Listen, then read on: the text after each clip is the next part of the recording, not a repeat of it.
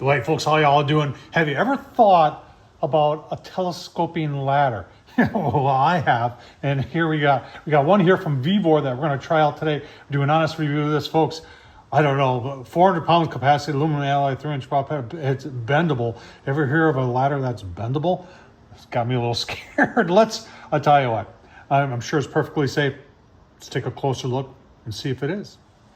Now, you know, what's the biggest attraction to something like this? And it's going to be portability, right? They're saying this is 18.5 feet when fully extended. And the weight is, here, let's see if we can, you can hold 400 pounds, but its weight is 36 pounds. And then it talks about all the heights that it can go to. But the real advantage to this is portability. You can put this in the back trunk of a car, an 18.5-foot ladder that has ladder hooks with it. And fits in the back of your car. Let's dive into this a little bit deeper. All right, so VEVOR.com or on Amazon, $155, 18.5 feet. They say it is ANSI listed, and we talked about the 400 feet, 400 pounds, not 400 feet, wouldn't that be something?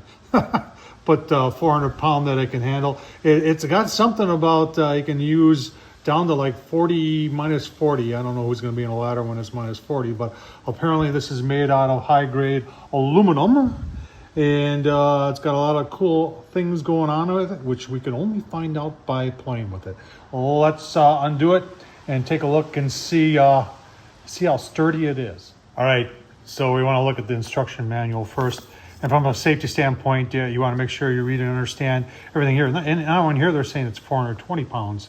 I would probably take precaution back to the 400 pound, and that would include anything you're carrying. Obviously, you got to inspect this. If any one of those tubes has got a little dent in it, obviously don't use it. If any part of this is ever damaged, obviously, like any ladder, then you should not use it. So read and understand all these things that are in this great little manual here.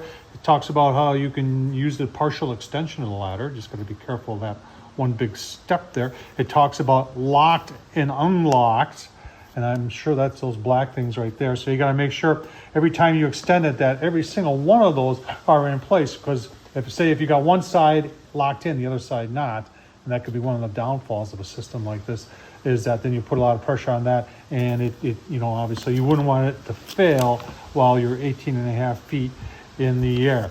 Okay, let's open it up and see what it can do. All right, so it does have these convenient hooks that you can hook in to, you know, if you're going up way high, you hook this on the edge of the roof or on the gutter.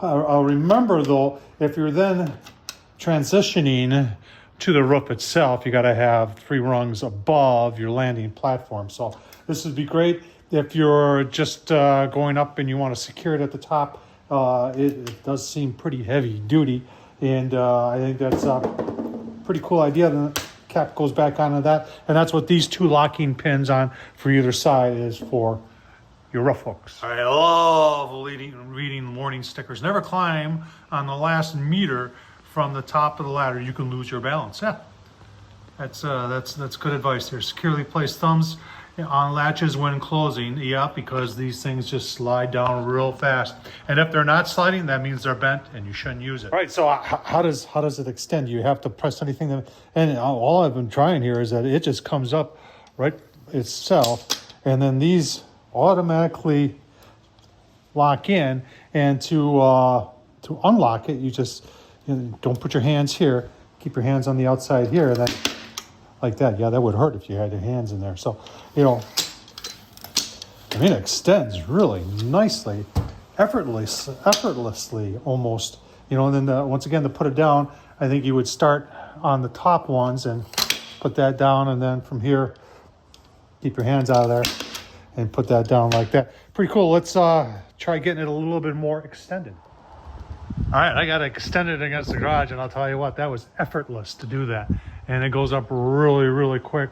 And I've taken it down and put it back up.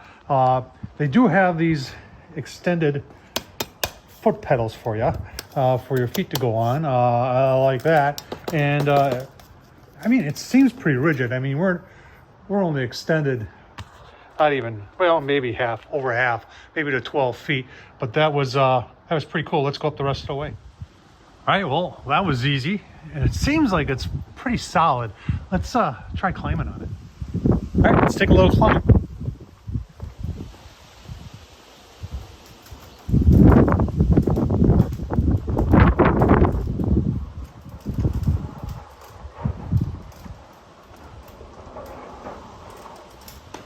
Well, it seems solid. Big steps.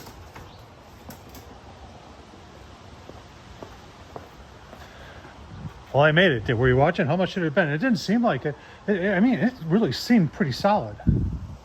I just show you how I put it down. You got a lot of weight up there, so you really got to be careful where your hands are. And it might be better just to lay this down.